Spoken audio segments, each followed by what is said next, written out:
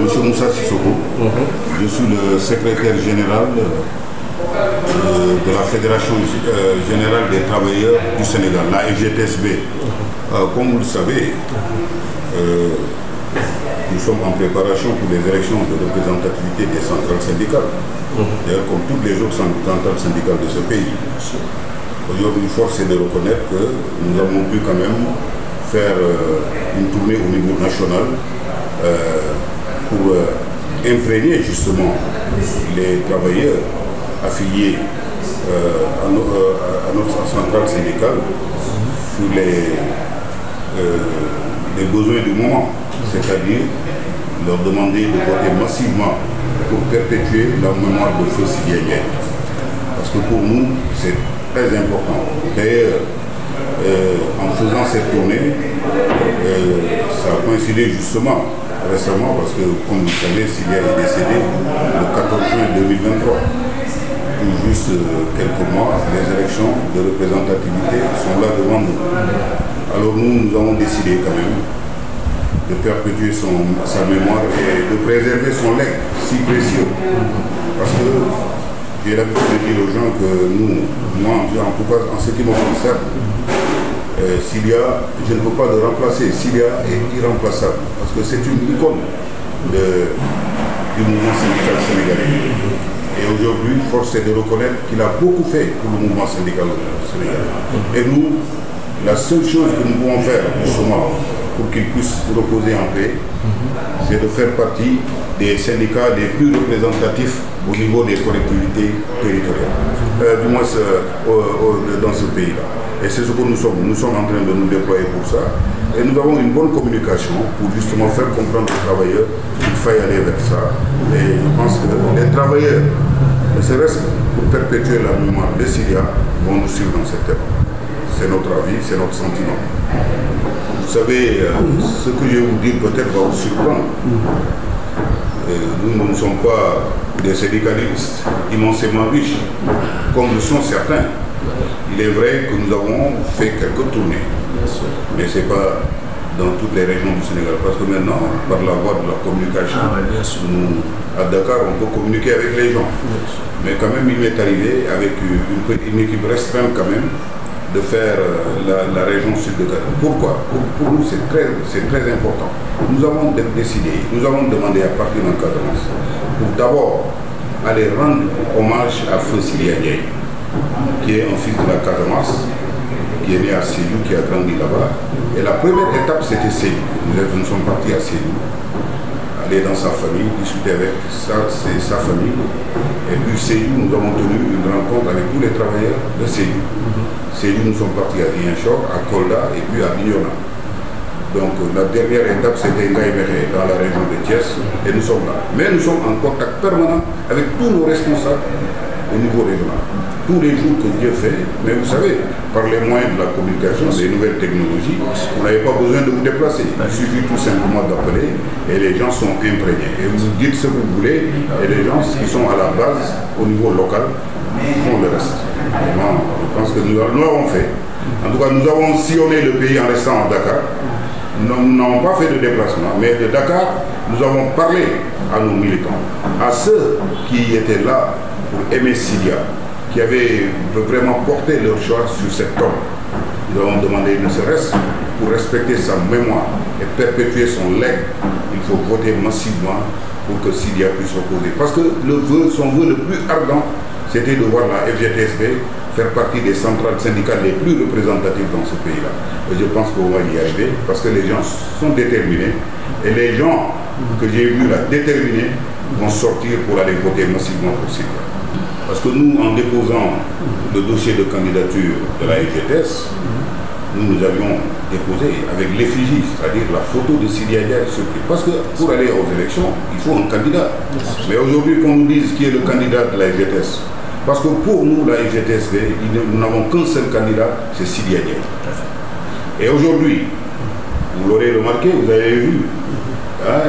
l'affiche de la FGTS. Les syndicats, tous les secrétaires généraux des syndicats professionnels affiliés à la FGTS ont porté leur choix sur ma personne. En tant que bureau exécutif FGTS, tey dafa il faut la ñu leeral doomu aadama yi ndax jot na nag ndaxte boobu ba léegi am na ku jóg ñuy wax Mballo Thiam li ñu gën a metti jóg ne moom mooy mandataire bi moom mooy candidat FGTS te loolu du respect ndaxte man mii di wax ak yéen man maa dépôt maay récépissé de dépôt bi Mansour Gueye moo ci nekk candidat bi yéen gis ngeen ko muy Sidiya Ndiaye ba fii ñuy wax ak yéen c'est clair direction du travail amuñu retour ne am nañ beneen candidat kon loolu du cër boo xamante ni war nañ ko cëralee ginnaaw Sidiya Ndiaye léegi nag moom comme nee na candidat damay bëgg ñi koy interroger wan ko candidat ñu laaj ko candidat kan la ak candidat ban central ndaxte ñun ba fi ñuy waxee nii candidat ñun suñu candidat s'appelle Sidiya Ndiaye moo fi nekk te direction du travail ba léegi changé wuñu ah léegi nag moom li waral tey xëccoo bi am nii muy dem nii il faut ñu leeral ko doomu aadama ndaxte ñun xëccoo li teg si wax rek ki nga xamante ni mooy suñu kilifa dëddu fi yàlla na ko yàlla yërëm bind ko moom la ñuy appliqué muy après le personne morale benn bi moo réunir biñ ko woowee moom dafa bañ te li tax ñu woote daara boobu ndaxte naruñu ko dañ ne woon dañuy bàyyi élection yi passé waaye li ñu gën a metti ci si nit ko juróom-ñeenti fan ñun ñuy jooy Sidiya presque ñetti weer yëguñu dara juróom-ñeenti fan après génn àddina Sidiya mu bindu Abdoulaye Daouda Diallo ne moom moo ko remplacé ci gan laa la wax defagul FGTS 1 an du cotiser du dara loo xam ni amee na ko FGTS du carte de membre du dara ki muy xëccoon muy Moussa Sissoko ku fi mës a ñëw adhésion te ñëpp leerul ne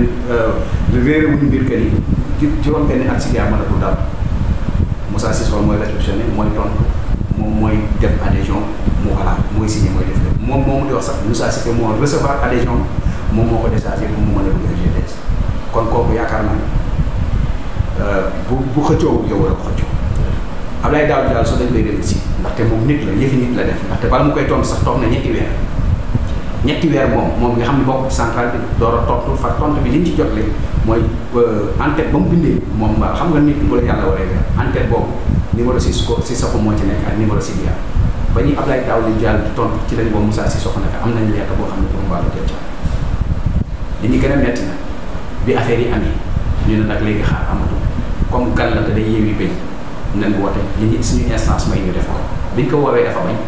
bind ñu lettre bu sax daal ne moom du adjoint du intérimaire c'est le secrétaire général Sidiya ko waxoon